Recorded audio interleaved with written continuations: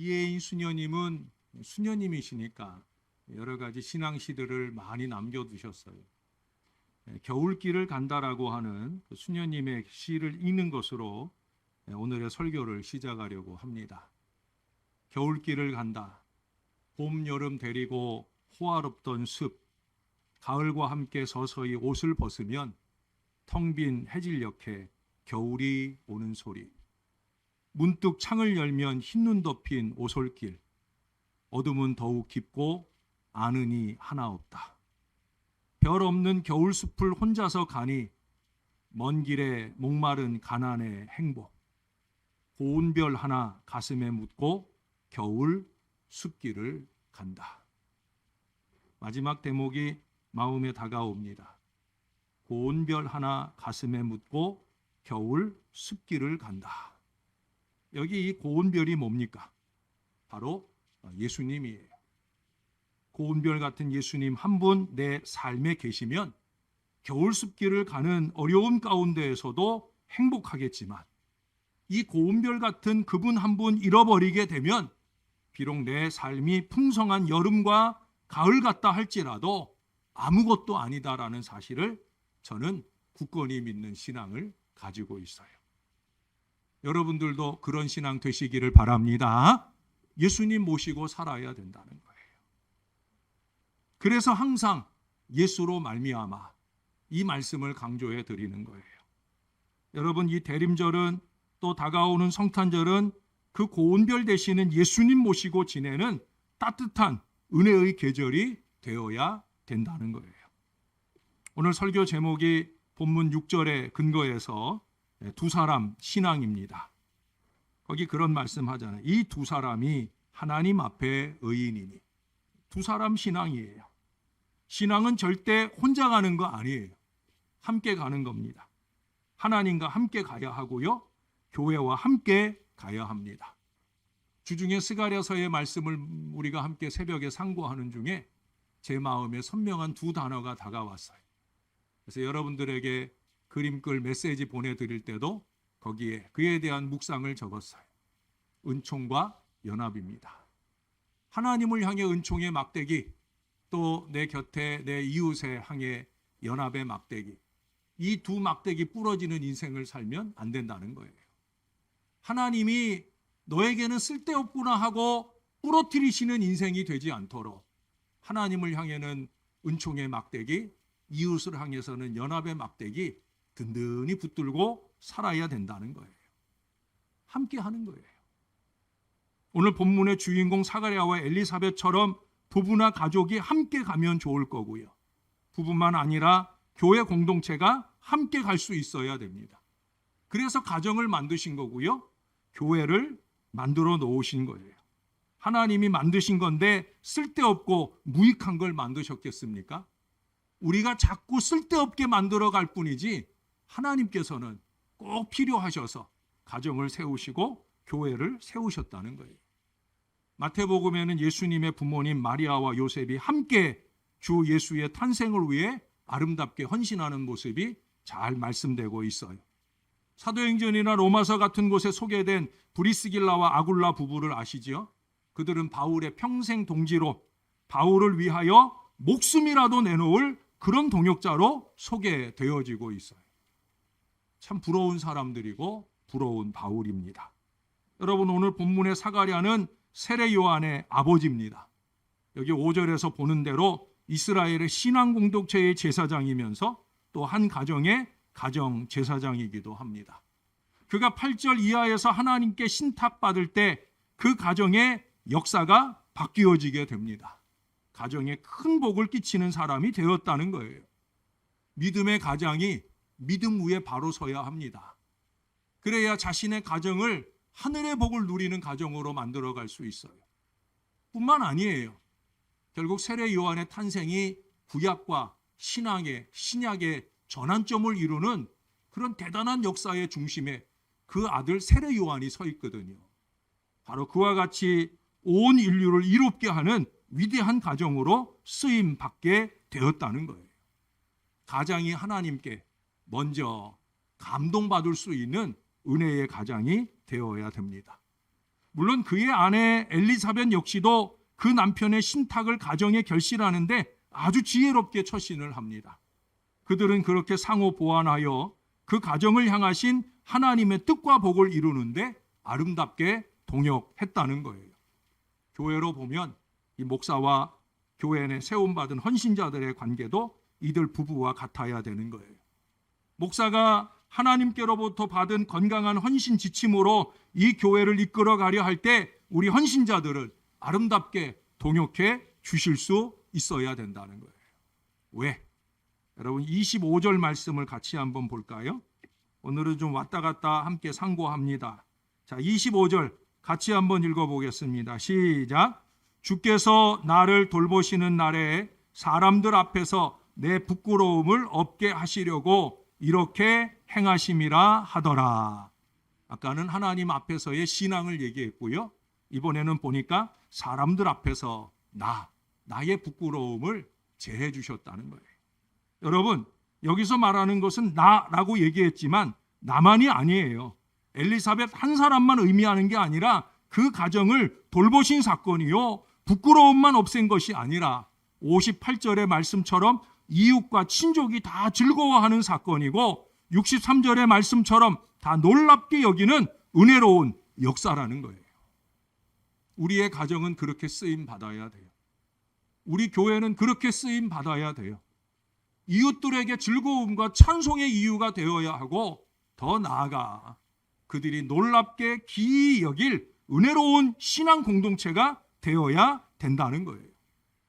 그래서 잠언서 18장 1절의 말씀은 우리에게서 스스로 갈라지는 자는 무리에게서 스스로 갈라지는 자는 자기 소욕을 따르는 미련한 자라고 단언하고 말씀합니다. 그것이 가정이든지 그것이 교회이든지 무리에게서 스스로 갈라지는 인생만큼 불쌍한 인생이 없다는 거예요. 여러분, 우리 교회는 온 교인 모두 함께 세상 사람들을 즐겁게 하고 놀라며 박수치게 하는 교회를 이루기 위해서 더욱더 노력할 수 있게 되기를 바랍니다. 아멘? 아멘? 예, 내가 이제 이쪽 보고 설교해야 되겠어.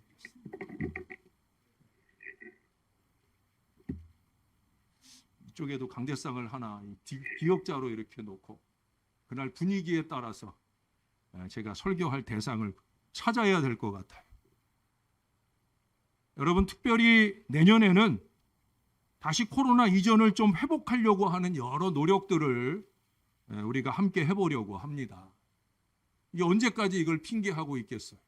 이게 뭐 5년을 간다, 10년을 간다 그러는데, 예?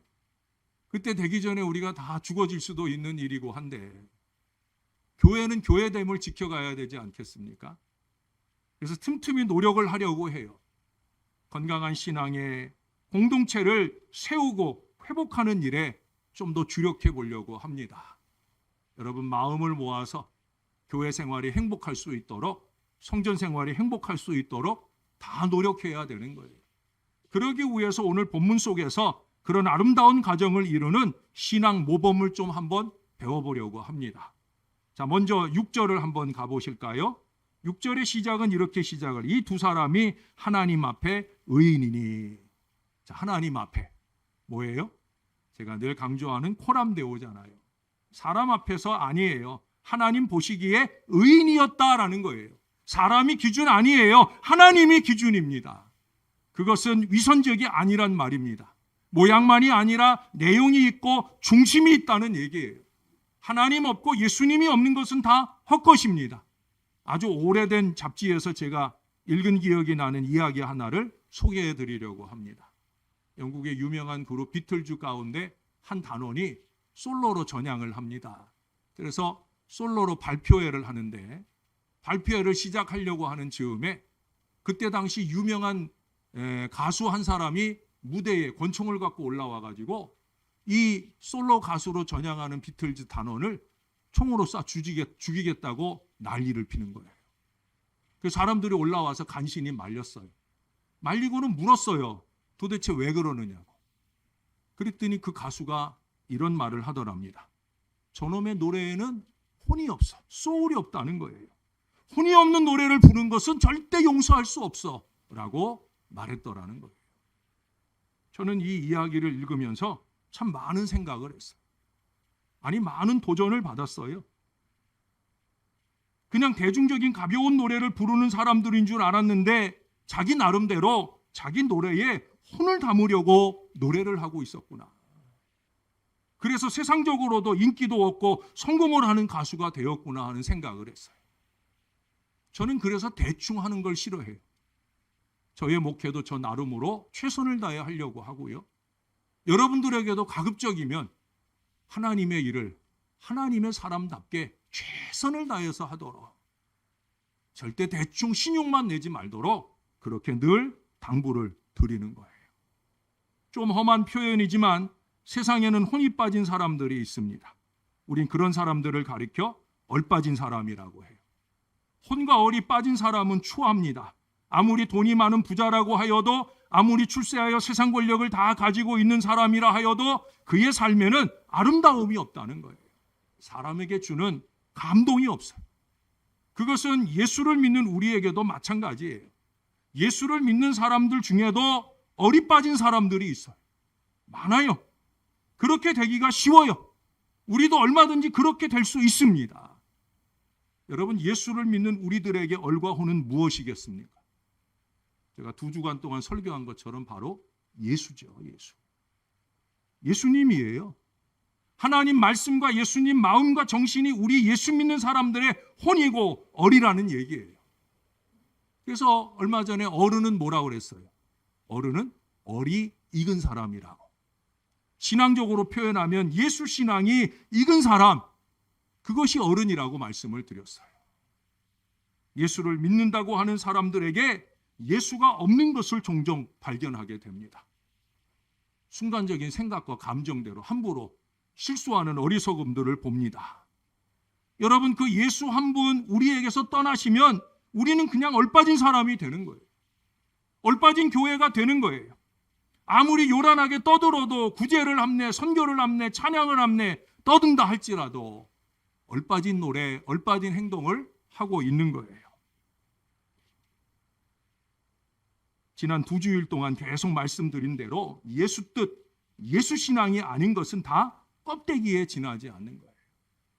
6절 하반절을 보십시다. 주의 모든 계명과 규례대로 흠이 없이 행하더라.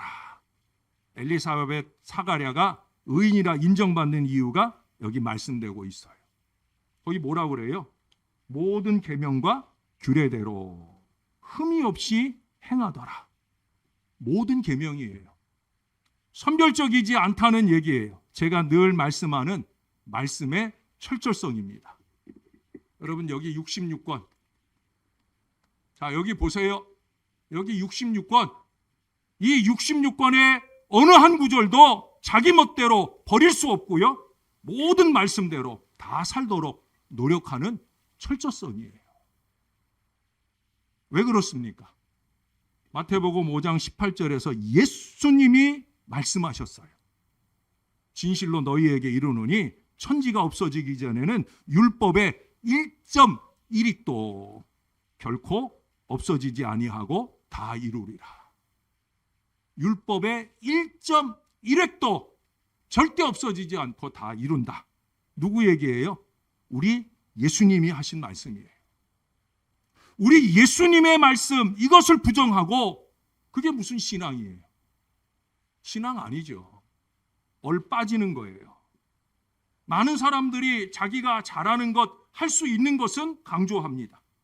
자기가 하지 않는 것, 못하는 것은 적당하게 취급하려고 해요. 그저 자기가 잘하는 것 그 한두 가지 가지고 다 잘하는 듯이 말하는 것을 볼 때 한심하기 이를 데 없는 일이죠. 예수님은 부자 청년에게 한 가지도 부족해서는 안 된다 하셨는데 반대로 한두 가지 가지고 다 잘하는 것처럼 떠벌리는 것을 보실 때 얼마나 우습겠느냐는 거예요. 여러분, 눈을 좀 크게 떠야 합니다. 제가 자주 말씀드리는 것처럼 영안이 열려야 된다는 거예요. 잘하는 거 한두 가지에 안주하지 말고 내가 못하는 것, 안 하는 것, 성경이 끊임없이, 말씀이 끊임없이 그것을 가르쳐 주실 때마다 더 많은 것들을 할 수 있는 신앙적인 개선과 노력들이 필요하다는 거예요. 그래야 성숙되어지는 거고 그래야 신령해지는 거예요. 성경이 그렇게 말씀하시면 다 그래야 되는 거예요. 그렇게 말씀대로 순종하며 신앙의 성숙을 이루어야 된다는 거예요. 유명한 종교개혁자, 우리 장로교회 창시자인 장 깔뱅. 그 장 깔뱅이 이제 임종을 앞두고 있게 되었어요. 이제 스승이 돌아가신다고 할 때 제자들 입장에서는 이 스승의 말을 한 말씀이라도 더 듣고자 모여옵니다. 아직 이 깔뱅의 정신이 또렷할 때 그들이 중요한 한 가지 질문을 던져요. 스승님의 말씀이 참 귀하고 좋은데 어떤 말씀들은 아직도 저희가 이해하기 어려워요. 그 중에 스승님의 예정론, 특별히 이중예정. 이중예정이라는 것은 구원만 아니라 심판도 예정되었다는 거예요. 참 받아들이기가 쉽지 않죠. 구원을 예정하셨다는 건 이해할 수 있는데 어떤 인생은 심판이 예정돼 있기도 하다 하는 걸 받아들이기가 어려워요. 그래서 제자들이 묻는 거예요. 자기들이 어려우니까. 스승님은 혹시 의심해 본 적 없으세요? 라고 물어요. 그때 이 깔뱅이 아주 유명한 말을 해요. 영어로 표현해서 말씀을 드리면 Bible said so. 성경이 그렇게 말씀했다는 거예요. 뭘 의심하느냐는 거예요. 하나님이 말씀하셨는데 성경이 시작하는 데서 시작하고 성경이 가는 대로 가고 성경이 멈추는 데서 멈춘다는 거예요. 성경이 그렇게 말씀하셨으니까 성경 말씀에 충실할 뿐이다, 그런 얘기입니다. 그러니 그대로 믿고 그대로 철저히 지킨다는 거예요. 여러분 얼마나 성경을 사랑하십니까? 얼마나 성경 말씀대로 잘 살고 계십니까? 누군가 헛소리 하는데 매여서 사는 게 신앙 아니에요. 성경이 뭐라고 말씀하시는가? 저나 여러분은 그것을 목숨 걸고 살아야 된다는 거예요. 말씀에 붙잡혀 흠이 없이 행하며 사는 바로 그 사람에게 무한한 자유가 있는 거예요. 사단이 자꾸 이 말씀 들이대고 너 이대로 안 살잖아. 너 이대로 안 살잖아. 자꾸 사단의 손에 얽혀 매이는 노예로 사는 것이 아니라 사단이 어떤 갈고리를 던져 놓아도 그것과 아무 상관이 없는 자유한 신앙 인생을 사는 것. 그래서 그 신앙의 삶이 언제나 영광과 능력이 되는 그런 믿음의 삶을 살아야 된다는 거예요. 자, 그 다음 7절의 말씀으로 가보십시다. 엘리사벳이 잉태를 못함으로 그들에게 자식이 없고 두 사람의 나이가 많더라. 자식이 없고 나이가 많았다. 이게 이 가정의 고난의 현장입니다. 자식이 없는 것까지는 견딜만 한데 이 사람들이 나이도 많아요. 오래 고난을 받았다는 거예요. 객관적으로 더 이상은 희망도 없어 보이는 그 순간까지 그 고난이 이어져 왔다는 거예요. 13절의 말씀으로 볼 때 그들이 그 고난으로 인해서 꽤 많이 간구를 한 것 같아요. 간구가 뭐예요?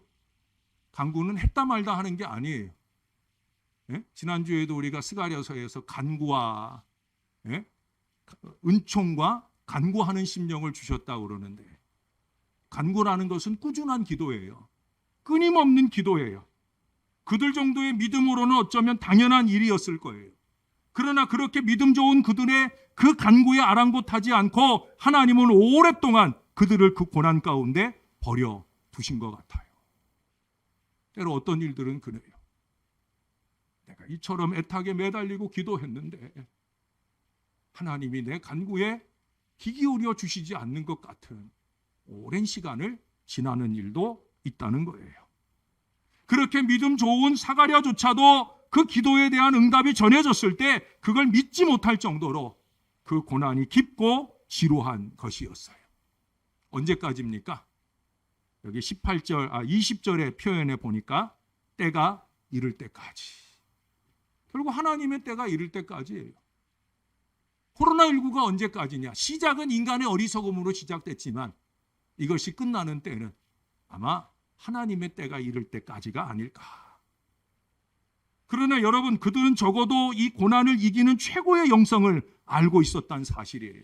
그것은 뭡니까? 바로 기도였어요. 기도가 고난을 이기는 비결이라는 거예요.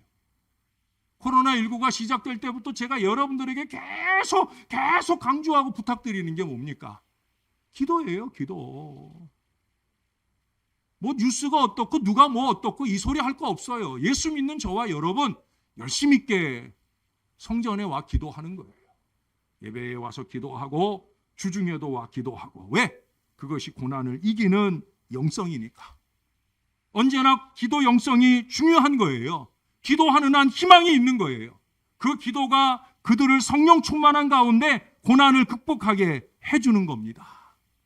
41절에는 엘리사벳이, 67절에는 사가랴의 성령 충만함을 적고 있어요. 여러분, 기도하면 성령 충만한 거예요. 기도 생활이 없으면 악의와 악독이 충만한 거고요. 기도 생활을 열심히 내면 악의와 악독이 물러가고 성령이 충만한 거예요. 하나님이 우리 심령을 만드셨다고 그러잖아요. 예수 믿는 저와 여러분의 심령에 성령 충만하도록 하나님이 만드시지 악의와 악독을 만드시겠어요? 악의와 악독은 사단이 넣어주는 것이고 그것을 물리쳐 이겨낼 수 있으려고 하면 우리는 기도하는 인생이 되어야 되는 거예요. 기도하면 성령 충만하고 성령 충만하면 이 고난을 초월할 수 있는 영성을 소유할 수 있게 되는 거예요. 엘리사벳의 경우를 보세요. 자식이 태 속에서, 아기가 태 속에서 배냇짓을 합니다. 엄마의 배를 막 차요. 여기 아기 낳아보신 분들, 아기 품어보신 분들은 다 아시지만 누구에게나 다 있는 일이잖아요. 육신적으로 이 아이가 배냇짓은 다 해요. 그런데 여기 말씀에 보면은 그때 당시 누가 오셨냐면 예수님을 태중에 품으신 마리아가 옵니다. 그 마리아가 오는 것을 보고 아기가 배냇짓을 하는데 성령이 충만한 이 엘리사벳은 예수님의 어머니가 오는 걸 알아보더라는 거예요. 육신적인 일인데 누구에게나 산모에게 일어나는 일인데 예수님의 어머니가 오신다는 사실, 아니 어머니 속에 예수님이 오신다는 사실을 볼 수 있는 영성, 이 은혜로운 영성, 이게 성령 충만하기 때문에 되는 일이에요.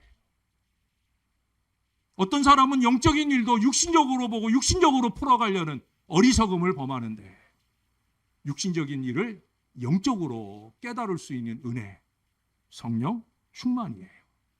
그런 정도이니까 여기 태중의 아기조차도 여러분 15절 하반절을 보세요. 거기 보면 모태로부터 성령의 충만함을 받았다라고 말씀하고 있어요. 자식의 영성은 부모의 영성에 달려 있어요. 사랑하는 부모 여러분, 우리의 영성이 우리의 자식의 영성을 책임진다는 얘기예요. 예배 영성이 회복된 가정의 자녀들이 어떻게 달라지고 어떻게 하늘복을 누리게 되는지 우리의 가정들이 깊이 체험하면 참 좋겠다라는 생각을 제가 늘 가지고 기도를 해요. 그러기 위해 가족이 함께 예배하는 시간들을 늘려야 됩니다. 성전에 와 예배하는 시간을 늘려야 됩니다. 가정 안에 온라인으로 예배하는 시간을 늘려야 됩니다. 그냥 형식적으로 시간이나 횟수를 때우는 게 아니라 성령 충만한 예배가 될 수 있도록 우리 부모가 열심히 있는 기도로 준비해서 예배를 통해 영적 교감을 나누는 그런 가정들을 이룰 수 있어야 된다는 말이에요. 사랑하는 여러분, 우리의 자녀들의 신앙에 좀 관심하십시다. 쓸데없는 일에 자꾸 시간 뺏기고 마음 뺏기고 살지 마시고요. 자녀들의 신앙 영성에 좀 관심하는 부모가 되자는 거예요.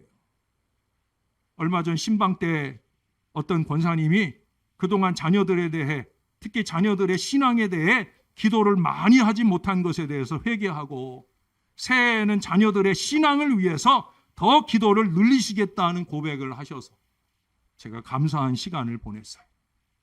여러분, 아이들을 향한 잘못된 관심, 이른바 우리 아이들 어릴 때 치맛바람이나 공부나 학원만 강요하던 그런 마음들은 좀 접어버리고 이제 다 큰 자녀들이라 할지라도 세상 싸움에 분주하다 할지라도 코로나19로 위축된 마음이라 할지라도 잠깐 그들을 붙들고 함께 예배하자고 말씀하는 부모들이 좀 되면 좋겠어요. 함께 무릎을 마주하고 기도하자고 함께 말씀대로 살아보자고 간구하는 그런 부모들이 좀 되었으면 좋겠어요. 가정이 회복되어야 교회가 회복될 수 있는 거예요. 여러분, 자식은 모든 어머니들의 고난의 결실이잖아요. 이 출산의 고난을 잊지 말아야 됩니다.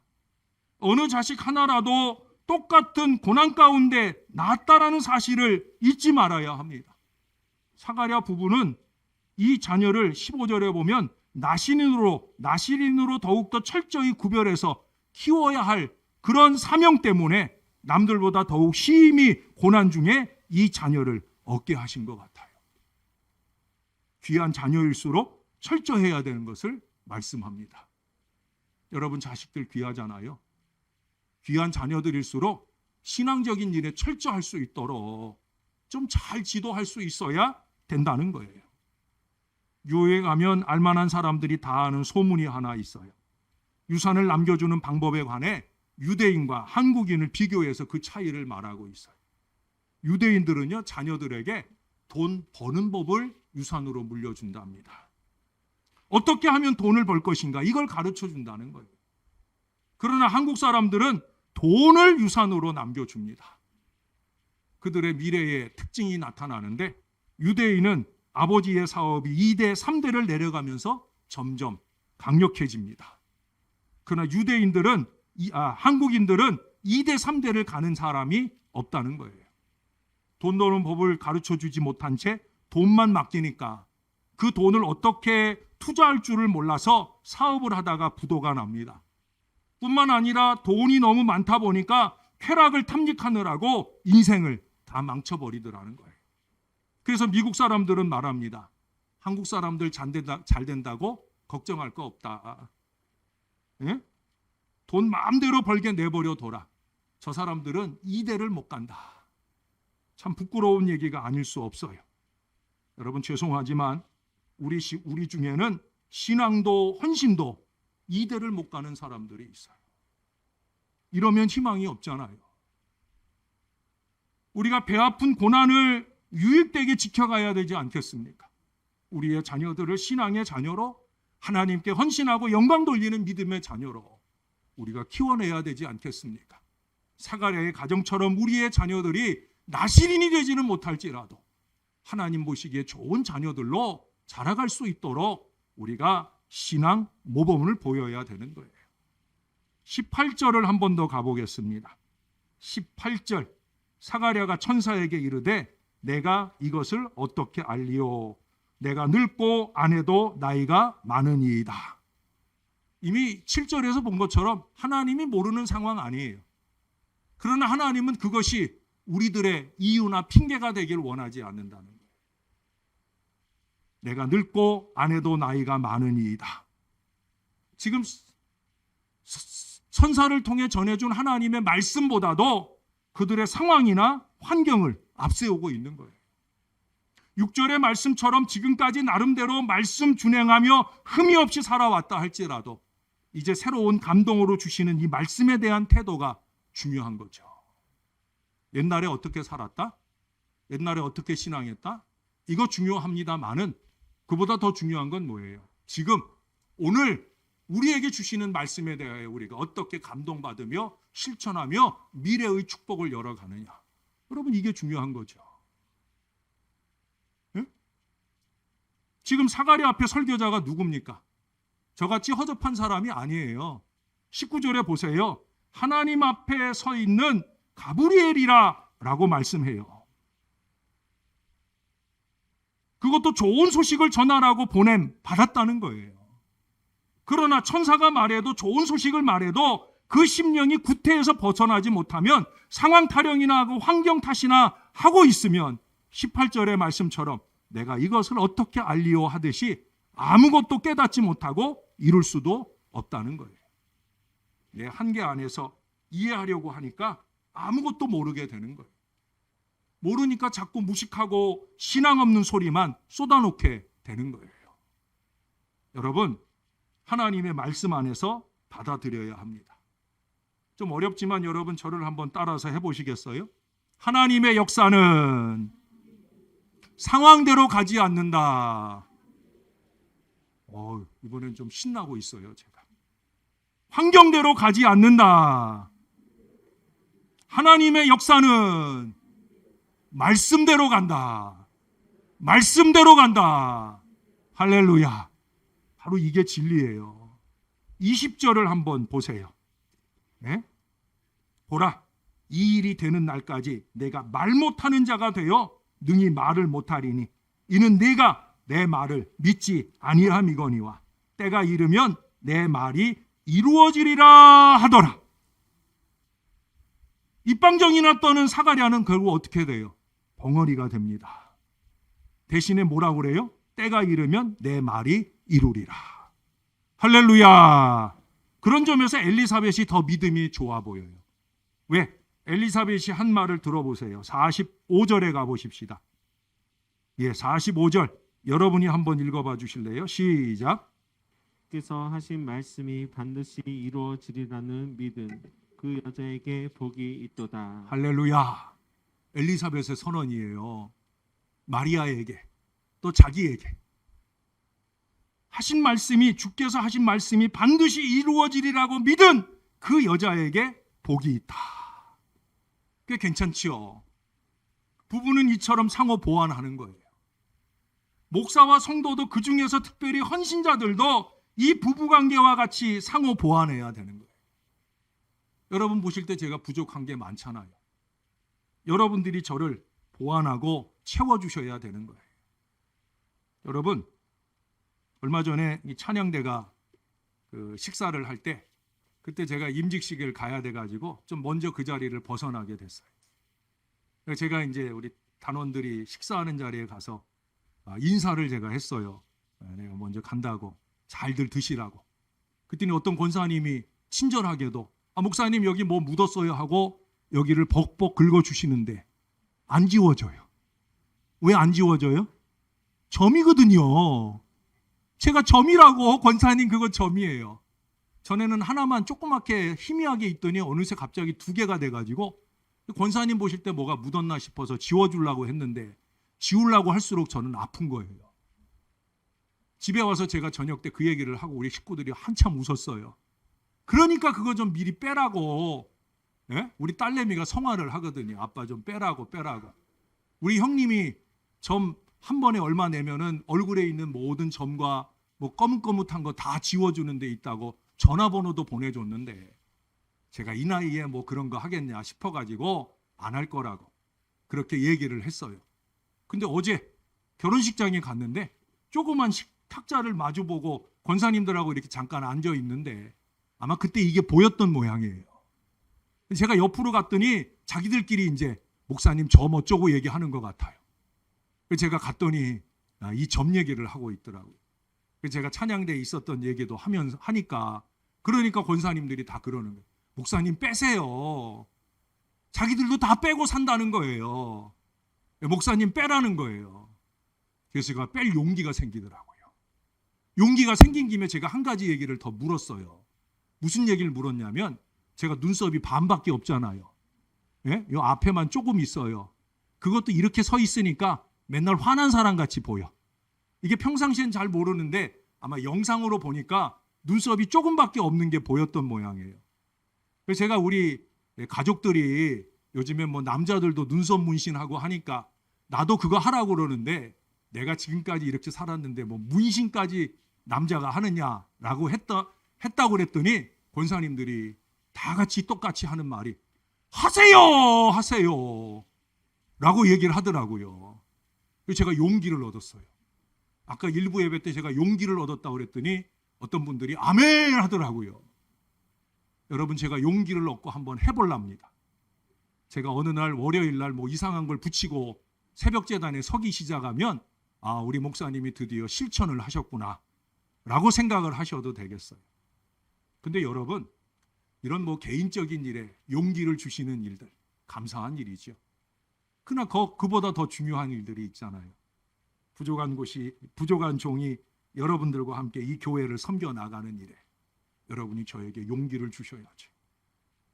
종이 약한 마음 가지고 있을 때 늘 고민하고 골몰하고 기도하다가 모처럼 이 일을 한번 해보자고 할 때 여러분들이 용기를 주셔야 되지요.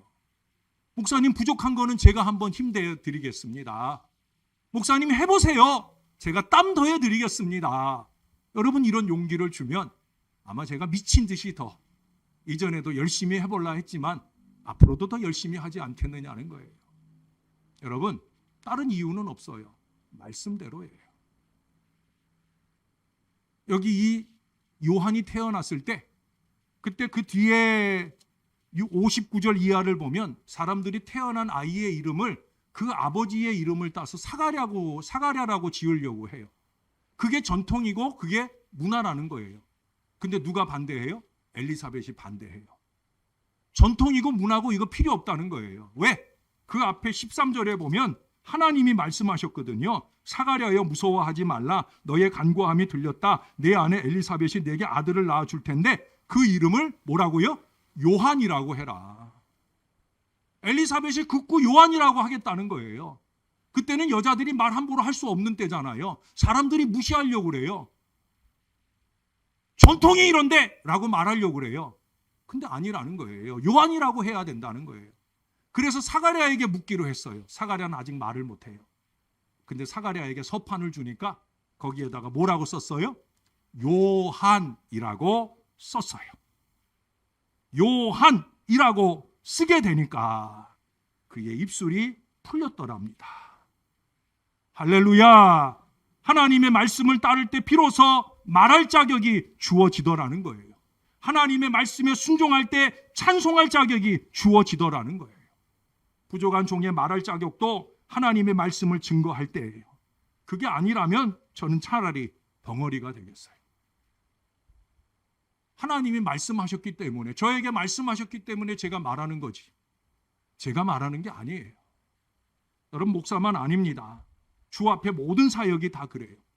말씀을 거스르고 가려고 하면 안 하는 게 좋은 거예요. 사가랴처럼 벙어리가 되듯이 자기만 다치고 마는 거예요.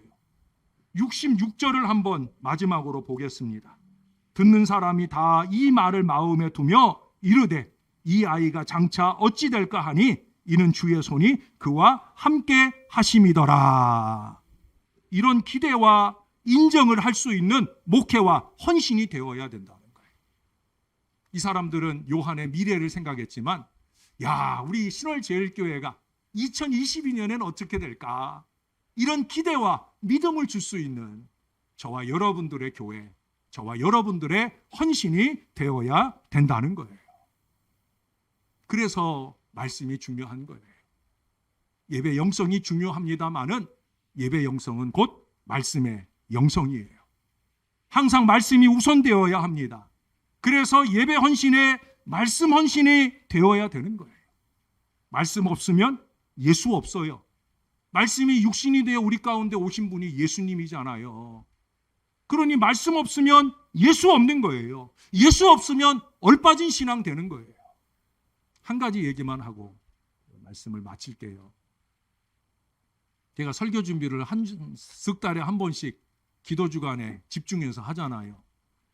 네, 제가 지지난 주간에 벌써 1월 달부터 3월 달까지 여러분에게 전할 말씀들도 거의 정리가 됐고요. 제가 우리 지휘자님에게도 보내드렸어요. 사실은 지금 기도원을 2년여간 못 가기 때문에 이 교회에서 시간을 갖는 게 좀 한계가 있어요. 기도원에 들어가서 시간 집중하고 보낼 때보다 한 절반에서 한 3분의 2 정도밖에 에너지가 쏟아지질 않아요. 내년부터는 가급적 꼭 기도원에서 말씀 준비하려는 노력들을 해보려 해요. 그런데 여러분, 그렇게 제가 말씀 준비하러 들어가면은요, 주시는 말씀을 다 적어요. 오늘도 여러분들에게 전한 게 다 아니에요. 여기 보면 중간중간 빨간색으로 이렇게 가로해 놓은 데가 있어요. 그건 그냥 뛰어넘는 거예요. 그래도 길어서 미안해요. 그런데 이렇게 많은 말씀을 준비해 놓고는 지난 한 주간 동안에 뭐 해요? 지워나가는 작업을 해요. 그 중에서 하나님 요거는 좀 지울게요 하고 제가 내용을 삭제를 해요. 그 남은 것을 여러분에게 전해요. 그런데 제가 지울 때마다 하나님께 드리는 기도가 있어요. 저나 우리 성도들의 삶에서는 상황이나 환경을 핑계하거나 자기 의무의 고집과 생각을 따라서 말씀을 줄여서 행하는 삶이 되지 않게 해주세요.